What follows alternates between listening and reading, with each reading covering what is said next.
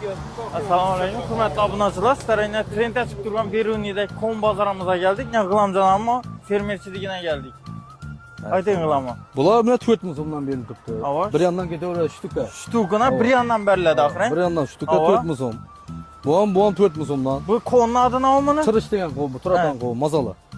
Qisha turadi Ha, oxiri. baqiragacha turadi bu. Agar saqlab bilsanglar. Bular var gulabi qovun, Turkmen gulabi. Ava. Bular 12 ming so'm. Xatar ketaveradi bir yandan, ululi kichili. Ava. Buni kichkinasi bor yana 5 ming so'mdan. Yine. Bu sal kichkinaroq. Bundan kichkinasi-da, bu ikkinchi sort deb aytamiz. Bu birinchi sort. Arqa ko'k turna degan qovun bor yana. Ular ham 12 ming, 5 ming degan bor, buni kichirog'i. Endirxonlar bor yana 5 ming so'm ular ham. Bir yandan ketaveradi shtukka. Tarvuz bor undan keyin. Tarozni qishki qarov endi u. Qishqi hozir yesam bo'ladi, aganuk tarvuzda qora tuxum, qip-qizil ichi. Kedilar bor undan keyin, kedi. Ava. Kedilar